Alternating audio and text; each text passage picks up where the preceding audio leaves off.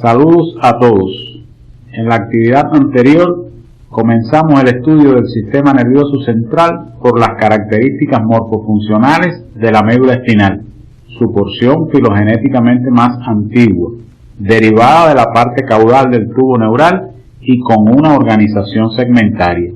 La misma es responsable de la inervación sensitiva y motora de la mayor parte de las estructuras del tronco y las extremidades. El cuadro que estamos observando, titulado Black and White, del autor Jackson Pollock, nos recuerda la compleja disposición de la formación reticular en el tronco encefálico. Es esta una estructura con una organización también segmentaria, pero más cercana a los suprasegmentos.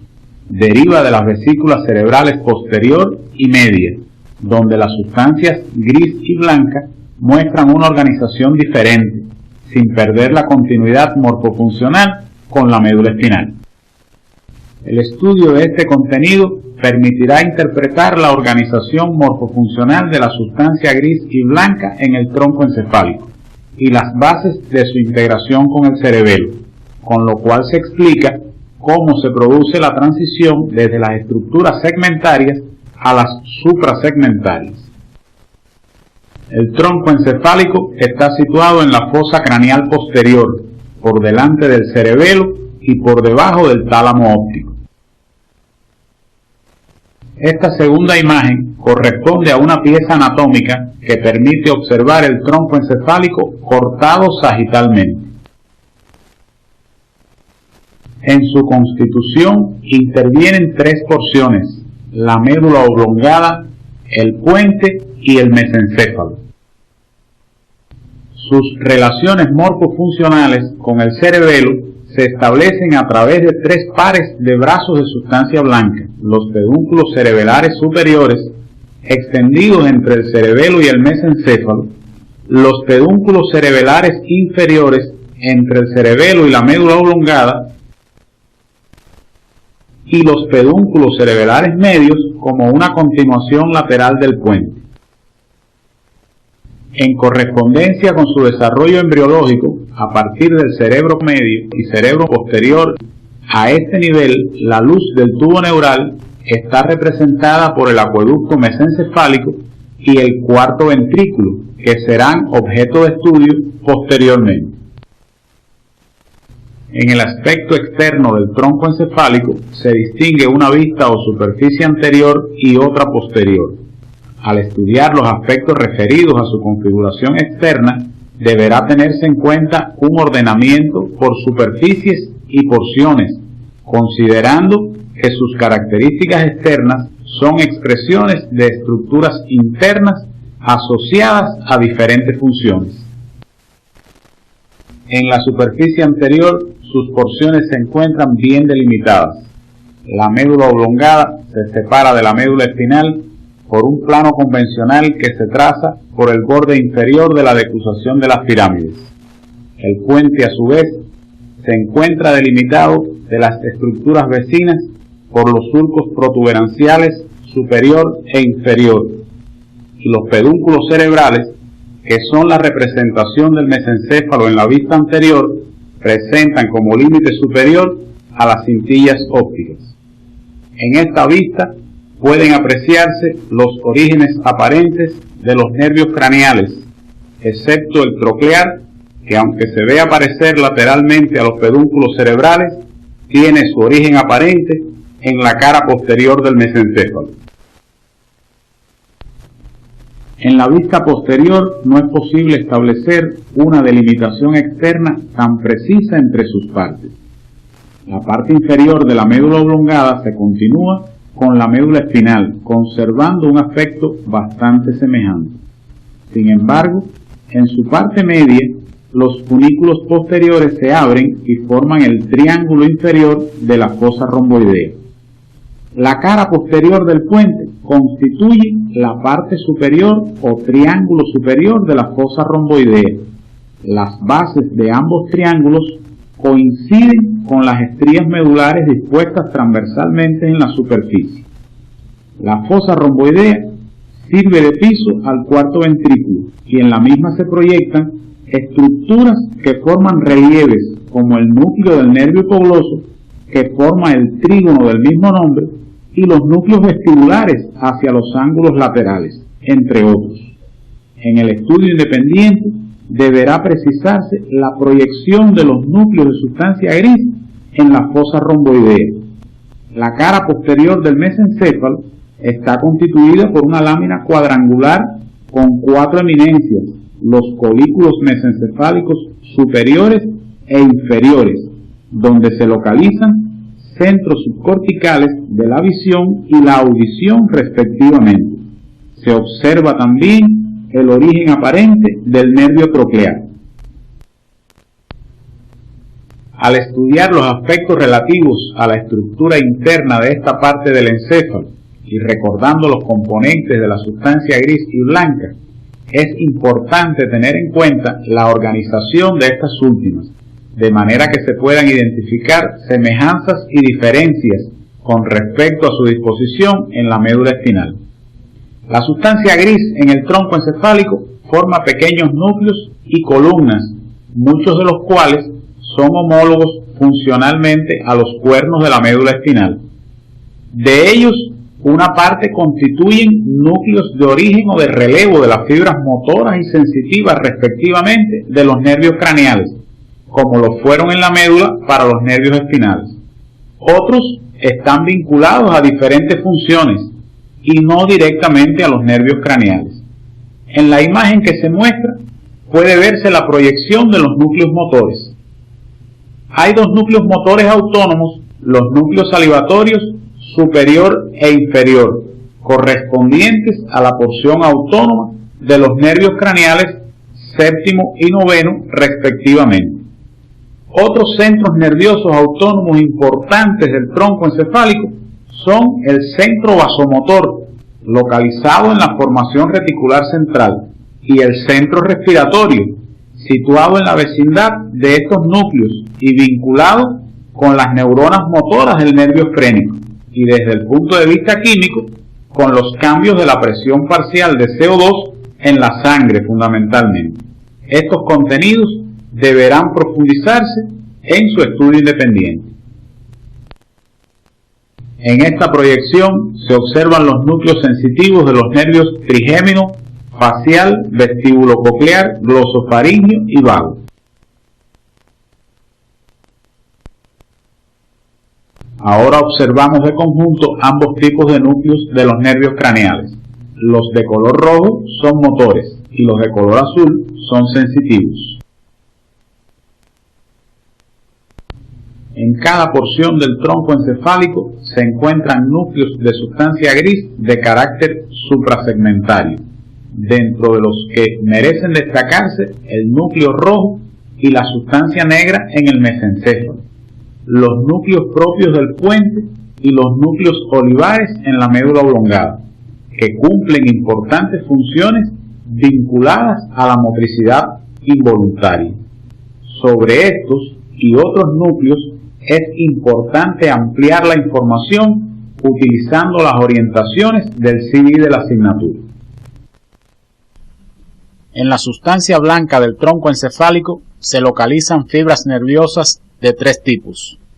Fibras largas, que forman parte de los tractos que habíamos mencionado en la médula espinal, que ascienden desde los diferentes segmentos conduciendo a la corteza cerebral y al cerebelo la información aferente, como los tractos espinotalámicos y espinocerebelares, así como los que descienden desde el cerebro hasta los segmentos de la médula espinal, como el tracto córtico espinal, que ocupa un importante volumen en la porción anterior de los pedúnculos cerebrales y del puente, y que más caudalmente constituye las pirámides vulvares, cuyas fibras, en su gran mayoría, cruzan al lado contrario en la parte inferior de la médula oblongada, formándose la decusación de las pirámides. En este corte frontal del tronco encefálico pueden apreciarse las fibras del tracto córtico espinal. Otro tipo de fibras de menor longitud se originan en el tronco y se dirigen a otras porciones del sistema nervioso, o se originan en estructuras fuera del tronco y vienen a terminar en él. Un ejemplo de ellas son las fibras pontocerebelares que se muestran en la imagen. Un tercer tipo de fibras une estructuras dentro del propio tronco. En este grupo merece señalarse el fascículo longitudinal medial, que enlaza los núcleos motores oculares con los núcleos vestibulares y cocleares y con el núcleo motor del nervio espinal, garantizando la coordinación de los movimientos de la cabeza y los ojos y sus reacciones reflejas ante estímulos auditivos y del equilibrio. Este cuadro resume los tres grandes grupos de fibras nerviosas que forman la sustancia blanca del tronco encefálico.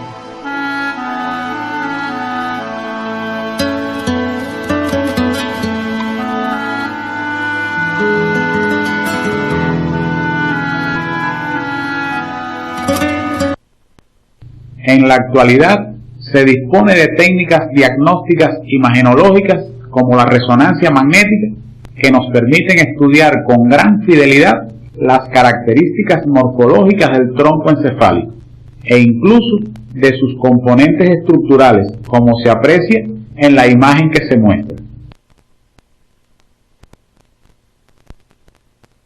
Es recomendable, para desarrollar la actividad de estudio independiente de estos contenidos, seguir el algoritmo que se propone en esta diapositiva, a través del cual se facilitará el aprendizaje de las características morfofuncionales principales del tronco encefálico.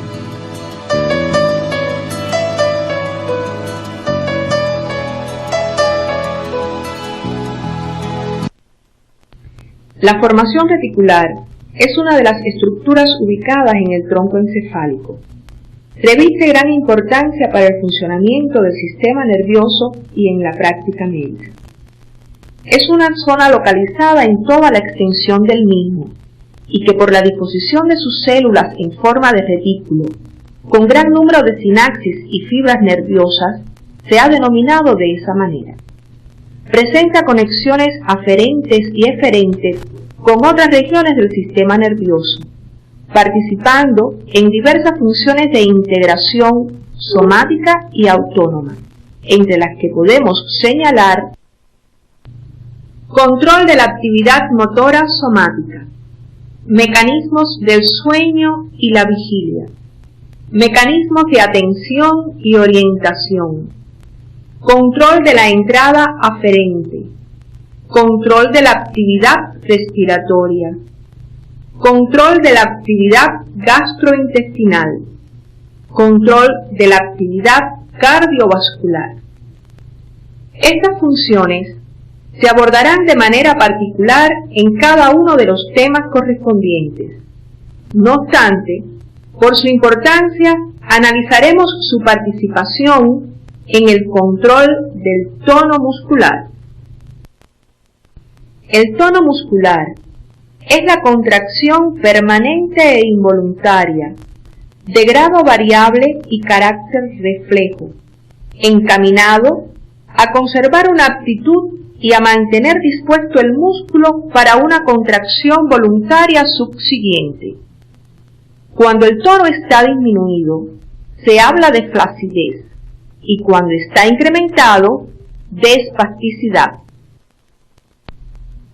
Un grupo de núcleos de la formación reticular controla el nivel de actividad de las motoneuronas gamma a través de las vías retículo-espinales.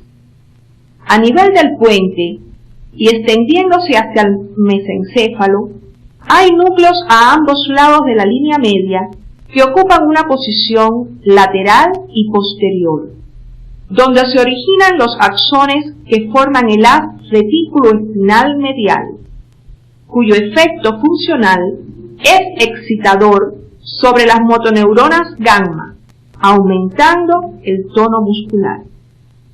En la formación reticular bulbar o de la médula oblongada, existen otros núcleos en posición medial y anterior, de cuyas neuronas se originan los axones que forman el haz reticuloespinal lateral, cuyo efecto funcional es disminuir el nivel de actividad de las motoneuronas gamma y, en consecuencia, el tono muscular. Puede apreciarse, además, que ambas porciones de la formación reticular, después de pasar por el tálamo, ejercen efectos sobre el nivel de actividad cortical, lo que explica su participación en procesos como la atención, el aprendizaje, la vigilia y el sueño, entre otros. Diferentes estructuras suprasegmentarias influyen sobre la formación reticular, modificando la actividad de sus porciones y, consecuentemente, el tono muscular en concordancia con la actividad motora que se desarrolla. Entre las estructuras que ejercen este tipo de acción sobre la formación reticular, podemos mencionar, por ejemplo, la corteza cerebral, el cerebelo, los ganglios basales y el aparato vestibular. En la diapositiva se observan algunas estructuras que actúan sobre la formación reticular, entre las que se encuentran el cerebelo, los núcleos vestibulares, la corteza y el núcleo rojo. Además, se representan sus efectos sobre las motoneuronas alfa y gamma de músculos flexores y extensores, y en consecuencia, sus efectos facilitadores o inhibidores del tono muscular. Normalmente, existe equilibrio entre las acciones de los núcleos vestibulares, la formación reticular continua y bulbar, que se refleja en una postura erecta adecuada. Como puede apreciarse además, una lesión a nivel mesencefálico intercolicular produce un desequilibrio a favor de las estructuras del tronco, que favorecen el tono extensor antigravitatorio, ya que la zona inhibidora de la formación reticular bulbar queda privada del efecto estimulador que ejercen en forma constante las fibras córtico-reticulares. Se produce entonces la rigidez de descerebración. Observen la posición que adoptan la cabeza y los miembros superiores e inferiores. Al terminar la actividad orientadora de hoy, es importante enfatizar en las ideas más relevantes relacionadas con estos contenidos. El tronco encefálico es una pequeña e importante estructura del sistema nervioso central que, aunque con carácter segmentario, por establecer relaciones directas de aferencia y eferencia con la periferia a través de los nervios craneales, contiene importantes núcleos suprasegmentarios, principalmente relacionados con el sistema motor extrapiramidal. La superficie del tronco encefálico presenta múltiples características que son expresión de la organización interna de las sustancias gris y blanca a este nivel, así como de sus relaciones aferentes y eferentes con las estructuras corporales. El tronco encefálico representa una importante encrucijada de fibras que no solo permiten el paso de vías en ambas direcciones, sino que constituye origen y terminación de un grupo de ellas, además de que presenta fibras extendidas entre distintas partes de sus componentes, lo cual explica su participación no solo en funciones de integración sensorial y motora, sino también en funciones superiores del sistema nervioso. La sustancia gris del tronco encefálico se organiza en dos grandes grupos de núcleos, aquellos relacionados directamente con los nervios craneales y otros de significación suprasegmentaria. El ajuste del tono muscular se realiza a través de los cambios que sobre la actividad de las motoneuronas gamma ejerce la formación reticular a través de las vías retículo-espinales y otras. Contemplar cuidadosamente las ruinas de esta ciudad en las cumbres más elevadas de los Andes peruanos nos hace pensar en el conocimiento de los incas sobre la fuerza de la gravedad para lograr el equilibrio necesario de estas maravillosas construcciones. Pero al mismo tiempo nos preguntamos, ¿cómo reacciona el sistema nervioso ante la acción de esta fuerza natural? La respuesta a esta interesante pregunta formará parte de la próxima actividad orientadora.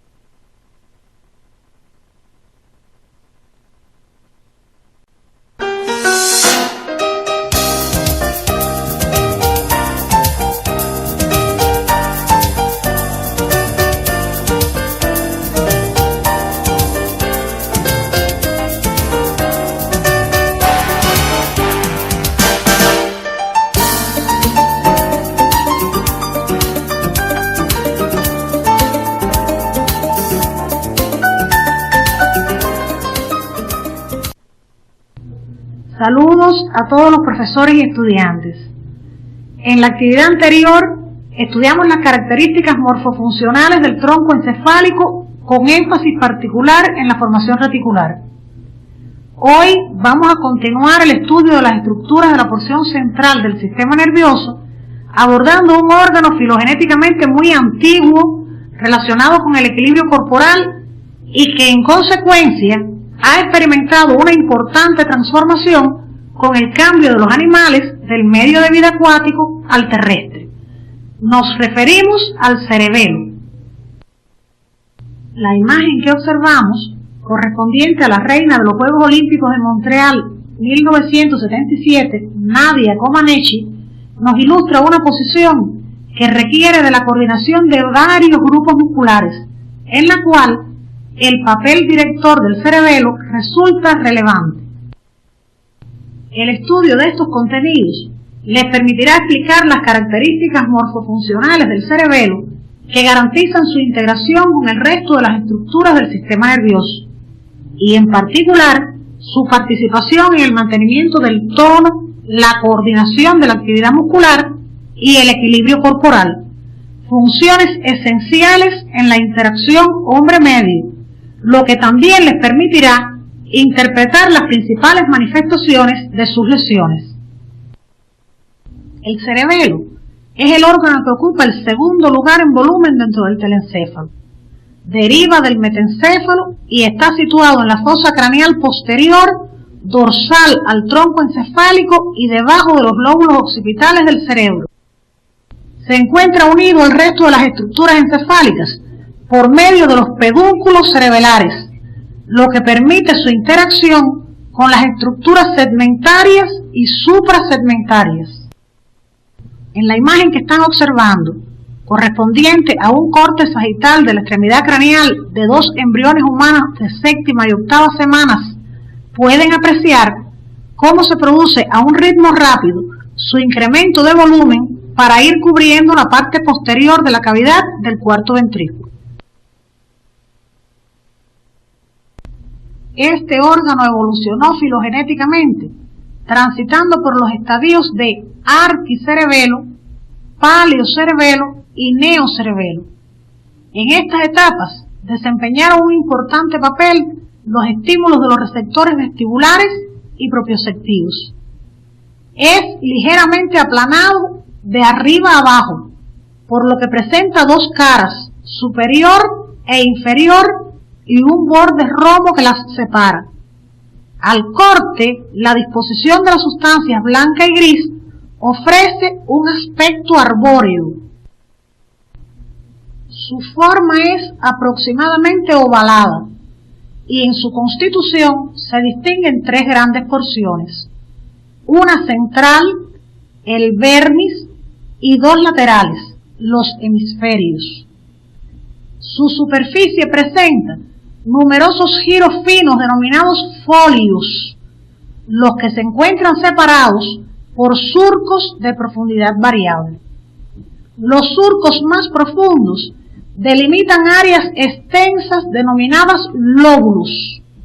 Entre los surcos más importantes se encuentran el surco primario y el posterolateral, que delimitan los lóbulos anterior, coincidente con el paleocerebelo, posterior, correspondiente al neocerebelo, y flóculo nodular o más antiguo, que corresponde al arquicerebelo. Un surco profundo denominado fisura horizontal separa las caras superior e inferior del órgano. Es apreciable la mayor proporción que representa el área correspondiente al lóbulo posterior dentro de la totalidad del órgano, adquisición más reciente en la filogénesis que regula junto al núcleo dentado la coordinación de los movimientos finos de los miembros en correspondencia con las aferencias de la corteza cerebral. En la estructura interna del cerebelo podemos apreciar que la sustancia gris se ubica en la periferia, formando la corteza cerebelar, y también en la profundidad formando los núcleos, siendo el componente fundamental en ambos casos los cuerpos neuronales. La sustancia blanca, formada fundamentalmente por las prolongaciones neuronales, ocupa una posición intermedia. Los núcleos se denominan de medial a lateral, núcleo del techo, vinculado con el desarrollo del arquicerebelo, núcleos globoso y emboliforme, relacionados con el paleocerebelo, y núcleo dentado, vinculado con el neocerebelo. El núcleo del techo, junto al lóbulo flóculo nodular, se relaciona con el equilibrio del tronco, mientras que el núcleo dentado se desarrolla vinculado a los hemisferios cerebelares en relación con la coordinación de los movimientos musculares de los miembros. En la imagen pueden apreciar las fibras pontocerebelares que, procedentes de los núcleos propios del puente, conducen hasta el núcleo dentado los impulsos procedentes de la corteza cerebral.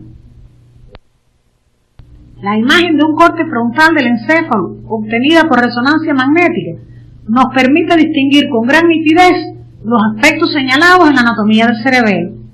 Allí podemos apreciar los hemisferios cerebelares, su unión al mesencéfalo a través de los pedúnculos cerebelares superiores, la cavidad del cuarto ventrículo y el área de los núcleos cerebelares. Como ya se ha señalado anteriormente, la corteza del cerebelo está constituida por sustancia gris. En esta diapositiva podemos apreciar la forma de organización característica de la misma, formando tres capas bien definidas, que desde la superficie a la profundidad se denominan molecular, de células de Purkinje y granulosa. Además, observen la disposición de la sustancia blanca, representada de color oscuro debido a la gran proporción de fibras mielínicas y a su afinidad por el colorante empleado. En esta fotomicrografía se observa una imagen de la corteza cerebelar vista al microscopio óptico, donde se aprecia que la capa molecular o más externa presenta escasos cuerpos neuronales y abundantes fibras nerviosas.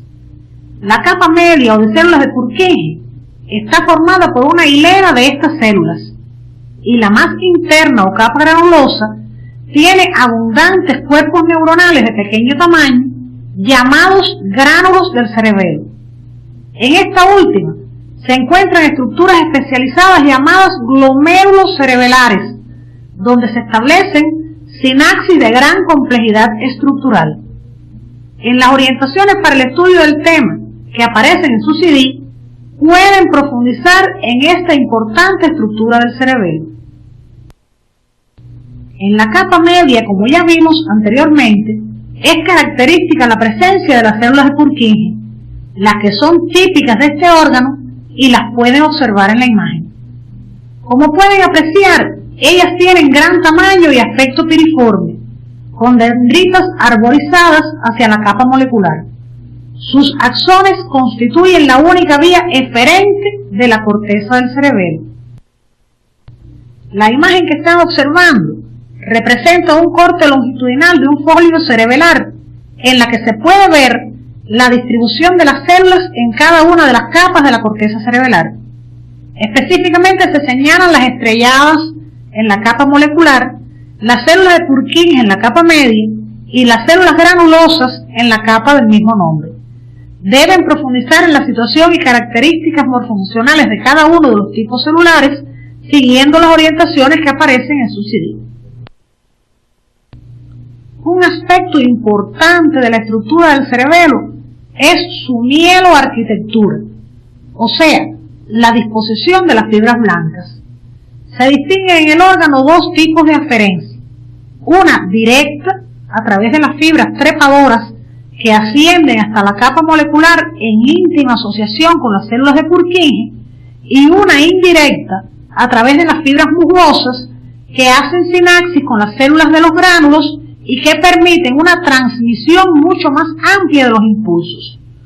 Con relación a la eferencia, los axones de las células de Purkinje descienden hasta los núcleos cerebelares, donde realizan relevo de su información, la que posteriormente se dirige a otras estructuras del sistema nervioso. Estas fibras, que constituyen la sustancia blanca, tienen una longitud variable dentro del órgano, en correspondencia con su función. Las más cortas unen entre sí a los folios. Las intermedias se extienden entre los núcleos y la corteza en ambas direcciones. Y las más largas, denominadas de proyección, conectan al cerebelo con otras estructuras del sistema nervioso. Nos interesa destacar las fibras de proyección que entran y salen del órgano a través de los pedúnculos cerebelares, garantizando como funciones básicas la coordinación automática de los movimientos corporales, el equilibrio y el tono muscular. Los pedúnculos cerebelares constituyen importantes vías de entrada y salida de impulsos nerviosos al cerebelo. En la imagen que están observando, las flechas representan la dirección de los mismos en cada uno de los pedúnculos. Como puede apreciarse, los pedúnculos superiores e inferiores conducen impulsos en ambas direcciones, mientras que el medio solamente los conduce en dirección al cerebelo. Aunque es importante conocer las aferencias y eferencias particulares de cada pedúnculo cerebelar, vamos a referirnos por su importancia al pedúnculo cerebelar medio y a los aspectos más generales de los pedúnculos superiores e inferiores. Por el pedúnculo cerebelar medio llegan al cerebelo las fibras pontocerebelares que conducen desde el puente los impulsos procedentes de la corteza cerebral. Esta información permite al cerebelo realizar la corrección automática de los movimientos voluntarios. Los pedúnculos cerebelares inferiores mantienen el intercambio de impulsos entre el cerebelo y estructuras segmentarias del sistema nervioso, lo que permite su influencia sobre los nervios periféricos ya estudiados. El pedúnculo cerebelar superior contiene las eferencias más importantes del órgano, ya que a su través viajan a la corteza cerebral con relevo en el núcleo rojo y el tálamo impulsos de retroalimentación sobre las cualidades de las acciones motoras en ejecución. Esto explica la severidad de las manifestaciones de lesiones a nivel de este pedúnculo. Las aferencias y eferencias del cerebelo a través de los pedúnculos cerebelares deberán profundizarse de forma individual por el folleto complementario de Anatomía 2 y por el CD de Neuroanatomía Clínica. El conocimiento actual de las funciones del cerebelo se ha logrado principalmente a partir del estudio anatomoclínico de pacientes y de la experimentación animal. Las funciones del cerebelo en el control motor están estrechamente relacionadas con las señales procedentes de la corteza y de otras áreas del encéfalo, así como la información sensorial que recibe de las partes periféricas del cuerpo. Por tanto, desempeña un papel importante en la cronología de las actividades motoras y en la progresión rápida y suave de un movimiento al siguiente, como los que se realizan en la imagen que están observando. Sin embargo, podemos preguntarnos, ¿cómo puede ser tan importante el cerebelo cuando no tiene capacidad directa para iniciar contracciones musculares? El cerebelo ayuda a secuenciar las actividades motoras del cuerpo y a efectuar adaptaciones correctoras, garantizando los ajustes necesarios y la precisión de los movimientos. Es conocida su participación en múltiples funciones de control motor, aunque más recientemente se estudia su participación en funciones cognitivas, afectivas e incluso autónomas. A continuación se muestran algunas de sus funciones: mantenimiento del equilibrio y la postura, función predictiva y amortiguadora, control de movimientos balísticos, interpretación de relaciones temporoespaciales, control del tono muscular, aprendizaje y función cronológica. En su estudio independiente deben profundizar en el estudio de las mismas siguiendo las orientaciones del CD.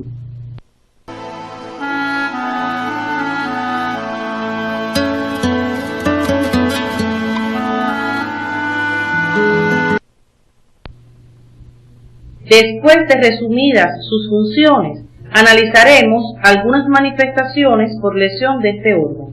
La dismetría y la ataxia son dos de las expresiones más importantes de la enfermedad cerebelar, donde se pierde su función predictiva y correctora de los movimientos corporales, produciéndose incoordinación de los mismos. Cuando se pierde la capacidad de ejecución de movimientos, sobre todo rápidos, se pone de manifiesto la falta de progresividad. Por ejemplo, cuando este defecto se manifiesta en la emisión de la palabra, se denomina disartria. El temblor intencional se pone de manifiesto al ejecutar un acto voluntario. El nistagmo es el temblor de los globos oculares cuando se fija la mirada en una escena situada al lado de la cabeza, y la hipotonía se produce por pérdida de la facilitación cerebelosa sobre los núcleos vestibulares y la formación reticular pontina, que a su vez controlan las motoneuronas medulares. Pueden producirse degeneraciones crónicas de este órgano debido a factores tóxicos como el uso excesivo de drogas, factores nutricionales. También ciertas enfermedades agudas como infecciones virales pueden provocar inflamaciones del cerebelo. Las lesiones de este órgano, con independencia de la causa que las produzca, pueden expresarse por incoordinaciones musculares, trastornos del tono muscular y del equilibrio corporal. En el presente video se observan diversas manifestaciones de alteraciones en la función motora por lesión cerebelar. En reposo no existe temblor. Este se presenta producto de la disinergia al realizar una acción. Test índice nariz con resultados negativos.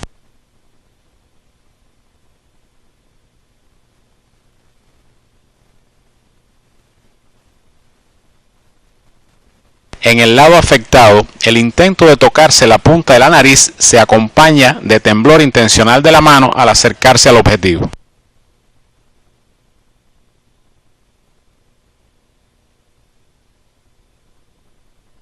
Los movimientos de la mano derecha son normales. En el lado lesionado, los movimientos son torpes de carácter batiente, constituyendo la llamada adiadococinesis. La paciente al deambular se desvía hacia un lado y su marcha recuerda la de un ebrio. El nistagmo tiene una fase rápida y una fase lenta. Para concluir, queremos enfatizar algunos aspectos que consideramos esenciales de este contenido. El cerebelo es el principal responsable de planificar y controlar las funciones de equilibrio, coordinación y tono muscular en el organismo humano, por lo que su morfología ha variado a lo largo de la evolución filogenética para responder a las demandas funcionales. El funcionamiento cerebelar en la regulación automática de la motricidad voluntaria requiere de una constante interacción con la corteza cerebral y otras estructuras suprasegmentarias, así como con las segmentarias que aseguran la ejecución inmediata de las acciones. La vinculación del cerebelo al resto del sistema nervioso está garantizada por la presencia de 3 pares de pedúnculos a través de los cuales viajan en dirección aferente los axones que constituyen las fibras muscosas y trepadoras fundamentalmente, y la información eferente por los axones de las células de Purkinje y otras procedentes de los núcleos del cerebelo.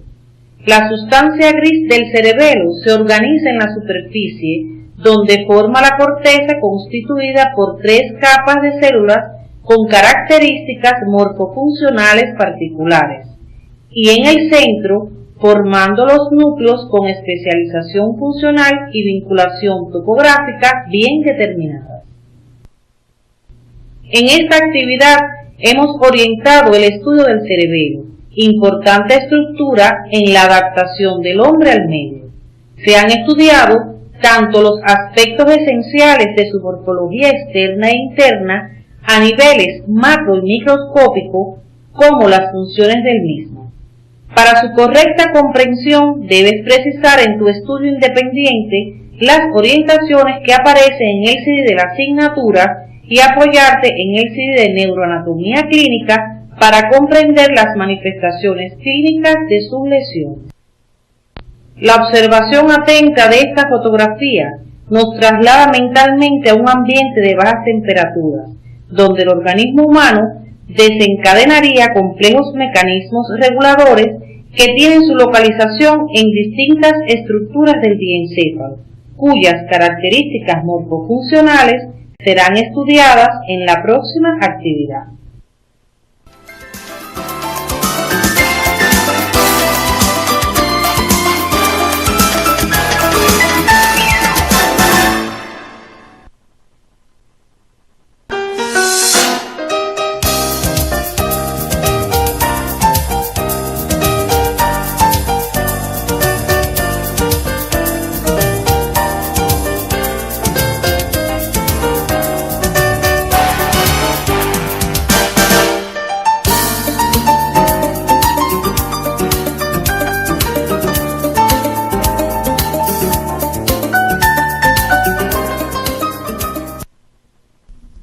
Un feliz día para todos.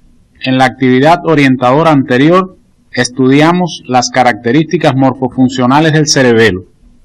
Hoy vamos a comenzar el estudio de las estructuras derivadas de la vesícula cerebral anterior, específicamente el diencéfalo o cerebro intermedio. La pintura que observamos, posiblemente la obra más famosa del pintor español Pablo Picasso, fue inspirada en el dolor y el sufrimiento humano generado por la Segunda Guerra Mundial a finales de la década del 30. Descubriremos durante la actividad orientadora qué relaciones pudiera tener la misma con las características morfofuncionales del diencéfalo. El estudio de estos contenidos permitirá caracterizar el diencéfalo según su constitución y principales rasgos morfofuncionales, e interpretar las bases neurales del dolor y su importancia clínica. El diencéfalo está situado debajo del cuerpo calloso y del fórnix, por encima del tronco encefálico y limitado lateralmente por la cápsula interna, en la profundidad de los hemisferios cerebrales. Según su desarrollo filogenético, se distinguen en el mismo dos grandes porciones, tálamo-encéfalo e hipotálamo. El primero, más joven en su evolución, tiene una posición dorsal y constituye un importante centro de vías aferentes. El segundo es más antiguo y menos voluminoso. Ocupa una posición ventral e inferior con respecto al tálamo-encéfalo y constituye un importante centro autónomo del organismo. La cavidad primitiva de la vesícula diencefálica queda reducida a una estrecha hendidura sagital entre ambos tálamos ópticos, denominada tercer ventrículo. El tálamo-encéfalo está formado por tres partes principales: el tálamo óptico, como importante centro de vías aferentes y verdadero filtro de sensaciones conscientes; el epitálamo, vinculado con las estructuras más antiguas del telencéfalo, el cerebro olfatorio, y constituido por el trígono de la vénula, la comisura de las avénulas y la glándula pineal.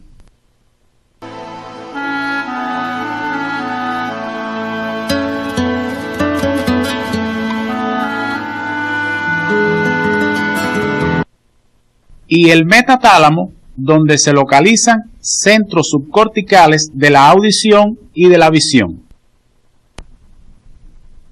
En el hipotálamo, durante el desarrollo embrionario, se diferencian dos porciones, que en el adulto se identifican como porción óptica o anterior y porción olfatoria o posterior. En resumen, el diencéfalo está conformado por dos grandes porciones, tálamo-encéfalo e hipotálamo, y cada una de ellas tiene otros componentes más pequeños, como se observa en el cuadro que se proyecta. De las estructuras diencefálicas haremos mayor énfasis por su importancia en el tálamo óptico y en el hipotálamo.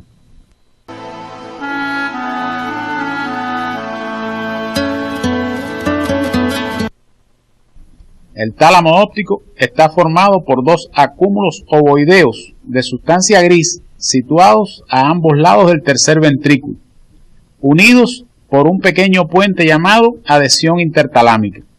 Su eje mayor es oblicuo en sentido posterolateral. Se distinguen en el mismo dos extremos, uno posterior en forma de protuberancia engrosada, denominado pulvinar, y otro anterior más afinado, denominado tubérculo anterior. En cada tálamo se describen 4 caras: superior, inferior, medial y lateral, de las cuales la superior y la medial son superficies libres y están en contacto directo con el líquido cerebroespinal. Las otras 2 presentan continuidad con estructuras vecinas. En el estudio independiente se deberán precisar las características propias de cada una de estas superficies. La sustancia gris del tálamo está dividida en grupos de núcleos que, según su topografía, se denominan anterior, lateral y medial, y según sus características morfofuncionales propias, núcleos de proyección específica, de asociación tálamo-cortical y núcleos inespecíficos. Insistiremos por su importancia en los núcleos de proyección específica, los cuales ocupan la porción ventrolateral y extremidad anterior del tálamo. Se caracterizan por recibir aferencias específicas, segmentarias y suprasegmentarias, y enviar informaciones hacia centros o zonas corticales de proyección específica. Se incluyen en este grupo los núcleos ventroposterolateral, ventroposteromedial, anterior, ventral lateral y los cuerpos geniculados medial y lateral, estos últimos pertenecientes al metatálamo. Los núcleos inespecíficos están constituidos por el complejo reticular talámico localizado centralmente en el tálamo y reciben aferencia desde otros núcleos talámicos y se proyectan hacia amplias zonas de la corteza.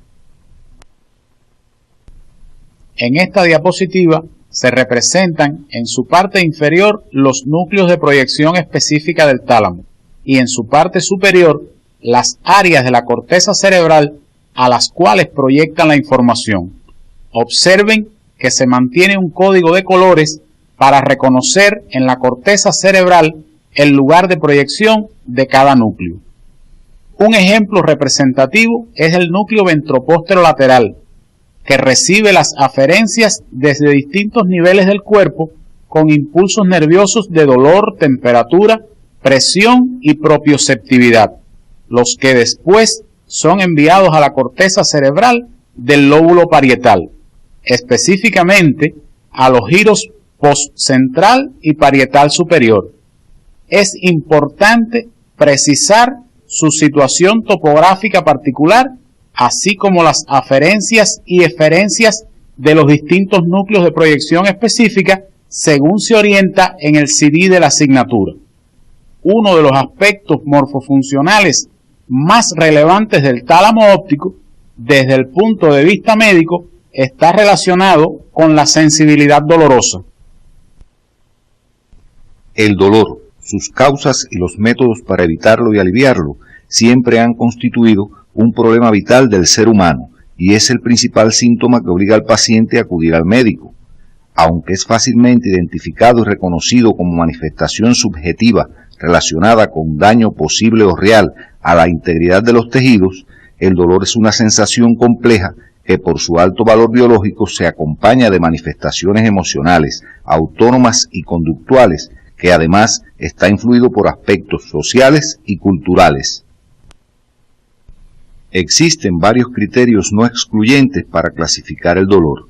Según la cualidad de la sensación, este puede ser dolor punzante, rápido o agudo, y dolor quemante, lento o crónico. Según la localización del daño tisular, se clasifica como dolor superficial, dolor profundo somático, dolor visceral y dolor parietal. El dolor profundo somático y el visceral pueden manifestarse como dolor referido.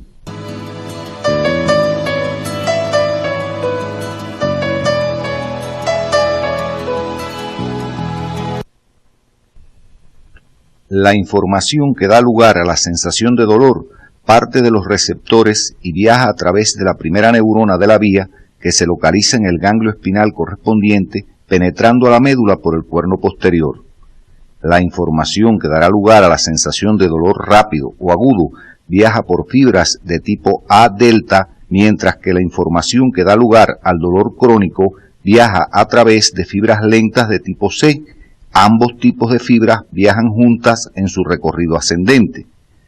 Ya en los cuernos posteriores de la médula, los axones de la primera neurona hacen sinapsis con la segunda neurona, cuyo axón cruza la línea media por la comisura anterior y asciende por la porción anterior del funículo lateral del lado contrario, hasta llegar a la formación reticular del tronco encefálico, donde deja fibras para los centros vasomotor y respiratorio. Estas conexiones explican las diferentes manifestaciones autónomas que acompañan a la sensación de dolor. Luego las fibras llegan a los núcleos del tálamo. Las fibras que conducen la información relativa al dolor agudo terminan en el núcleo ventroposterolateral del tálamo, desde donde se proyectan a la corteza del giro postcentral, donde se hace consciente la sensación dolorosa. Sin embargo, las fibras que conducen la información correspondiente al dolor crónico terminan en los núcleos inespecíficos del tálamo. El dolor referido es aquel que el individuo localiza o refiere en un lugar alejado del sitio realmente lesionado. Los mecanismos que explican este fenómeno dependen del origen embrionario común de las estructuras involucradas y de su inervación por un mismo segmento medular. Las fibras por donde viaja el dolor visceral hacen sinapsis en la médula espinal con las mismas neuronas de segundo orden que las que reciben las señales dolorosas de la piel. Es por ello que al producirse dolor en las vísceras, el individuo percibe dicha sensación a nivel de la piel. Un ejemplo típico de dolor referido es el dolor precordial del infarto miocárdico, donde el paciente siente dolor en la superficie anterior del hemitórax izquierdo, pero también suele referir dolor en toda la superficie anterior del tórax, en el lado izquierdo del cuello, la cara medial del miembro superior izquierdo e incluso en el epigastrio. El conocimiento por parte del médico de los mecanismos fisiopatológicos del dolor referido es de utilidad práctica desde el punto de vista diagnóstico. Las cualidades del dolor, así como el mecanismo del dolor referido, podrás profundizarlo mediante el estudio independiente teniendo en cuenta las orientaciones del CD de la asignatura. La percepción del dolor no siempre ocurre de igual forma, debido a que la entrada de la información dolorosa puede ser atenuada o incluso bloqueada por diferentes mecanismos y a diferentes niveles, como es el caso de las señales procedentes de la propia corteza somatosensorial, mecanismo llamado de inhibición distal. También esta información puede ser bloqueada a nivel del tálamo por acción de neuronas inhibitorias a lo que se denomina inhibición lateral. Estos mecanismos de inhibición de la entrada aferente nociceptiva dependen de la liberación de sustancias denominadas opioides endógenos, entre las que tenemos las beta-endorfinas que se producen a nivel del hipotálamo y la hipófisis, y las encefalinas presentes en el sistema de control analgésico, las que actúan a través de las interneuronas del cuerno posterior de la médula espinal. Existe además la modulación del dolor por estímulos táctiles. Al sufrir un dolor, frotamos con nuestras manos la región donde percibimos el dolor, lo cual nos proporciona alivio. ¿Por qué sucede esto? Como puede apreciarse, el estímulo nociceptivo es captado por los receptores que transmiten la información por fibras de tipo C hacia la médula, tálamo y corteza, donde se hace consciente la sensación de dolor y además se precisa su localización. Ahora bien, si se aplican estímulos táctiles en la región próxima a la estimulación dolorosa, se transmite esta información por fibras A-alfa y A-beta de conducción rápida que liberan neurotransmisores en las sinapsis correspondientes, produciendo inhibición con el consiguiente alivio del dolor. El conocimiento de los mecanismos de control del dolor tiene gran importancia para la medicina convencional y tradicional, debido a su aplicación en procederes terapéuticos como fricciones, masajes, estimulaciones, bloqueos anestésicos, acupuntura y digitopuntura, así como en el uso de fármacos analgésicos y anestésicos. Deben profundizar sus conocimientos acerca de esta materia siguiendo las orientaciones del CD de la asignatura. En esta imagen se observan las estructuras hipotalámicas superficiales, situadas ventralmente y por debajo del tercer ventrículo, por delante de la sustancia perforada posterior. Se distinguen dos porciones, una anterior, óptica, en la que encontramos el tubérculo ceniciento, el infundíbulo, la hipófisis y el quiasma óptico. Una porción posterior, olfatoria, donde están los cuerpos mamilares y la región subtalámica. La imagen que se observa corresponde a una preparación natural de las estructuras hipotalámicas.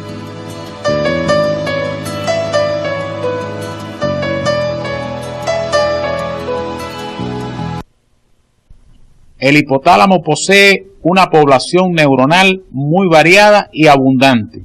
Se reconoce como el más importante de los centros autónomos superiores, con múltiples núcleos situados alrededor del tercer ventrículo, con conexiones con la formación reticular y la hipófisis, para garantizar la integración de las funciones autónomas y endocrinas. Sus núcleos se agrupan en sentido antero-posterior en 4 regiones: preóptica, supraóptica, tuberal y mamilar.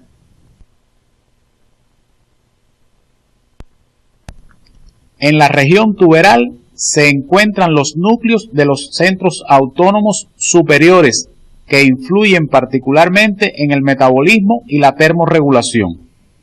En la región supraóptica se sitúan los núcleos supraóptico y paraventricular, así como el área hipotalámica anterior. Otros núcleos hipotalámicos que por su importancia funcional merecen señalarse son el ventromedial y el posterior.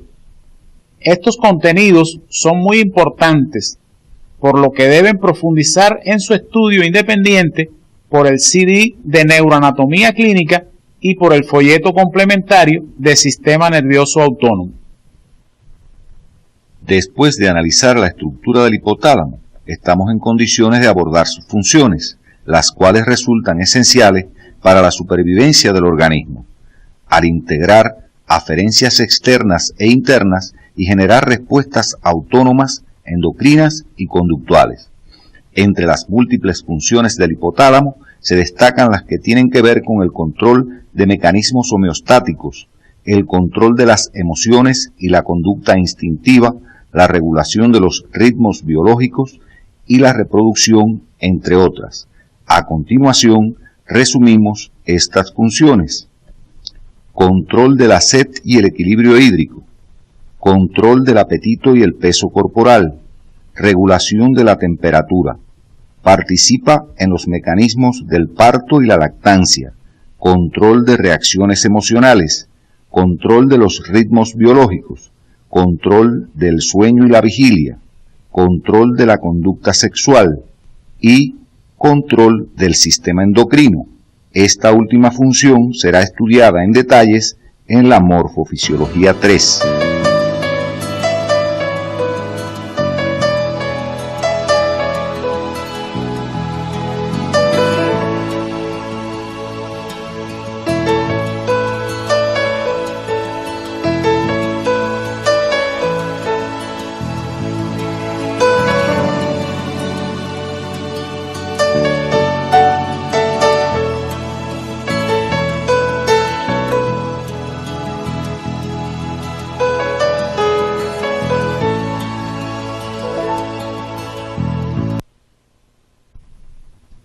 A manera de ejemplo, veremos una de estas funciones en detalle: la regulación del apetito, y con ella del peso corporal por el hipotálamo, depende de la interacción de dos de sus áreas.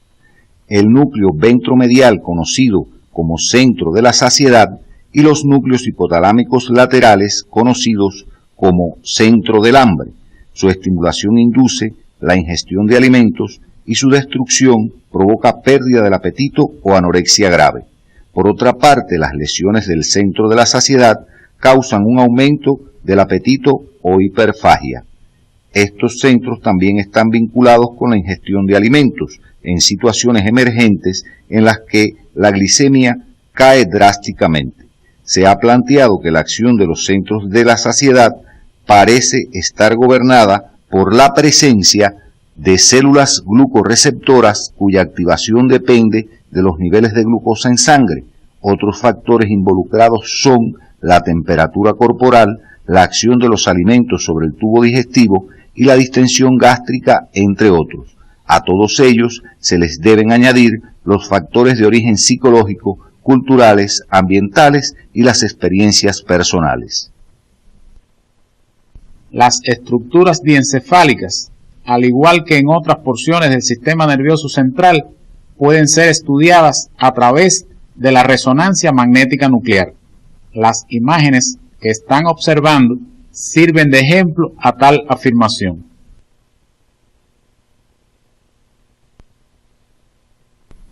Teniendo en cuenta las características morfofuncionales esenciales del diencéfalo, proponemos como conclusiones de esta actividad orientadora las siguientes. El diencéfalo o cerebro intermedio está conformado por dos importantes porciones, el tálamo-encéfalo y el hipotálamo, con diferentes características evolutivas y significación funcional. El tálamo es un componente importante del tálamo-encéfalo donde se localizan centros de relevo para las aferencias que viajan hacia la corteza cerebral. El dolor es una modalidad sensorial cuyo estímulo adecuado no corresponde a un tipo determinado de energía. Es una sensación compleja de alto valor biológico por constituir un mecanismo de defensa que se asocia a manifestaciones autónomas, conductuales y emocionales. Existe un mecanismo normal de control de la entrada aferente para las sensaciones dolorosas, lo que es importante en la terapéutica convencional y tradicional. Las técnicas aplicadas en la medicina natural y tradicional para el alivio del dolor tienen su fundamento en el mecanismo de control de la entrada aferente mediante la activación del sistema de analgesia. El hipotálamo es la porción filogenéticamente más antigua del diencéfalo y es el centro más importante del sistema nervioso autónomo para el control y regulación del medio interno.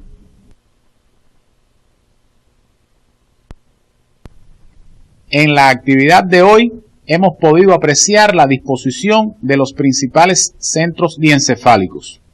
Deben observar atentamente las orientaciones que se ofrecen para el estudio independiente, tanto en el CD de la asignatura como las que le brindará su profesor. Con esta desgarradora fotografía de las ruinas de la ciudad española de Guernica, bombardeada por los alemanes en 1937, nos despedimos, no sin antes exhortarlos a pensar en la necesidad de un mundo mejor y dejar en la memoria la siguiente interrogante: ¿en qué parte del sistema nervioso se produce el proceso de pensamiento? La respuesta a esta pregunta la encontrarán en la próxima clase.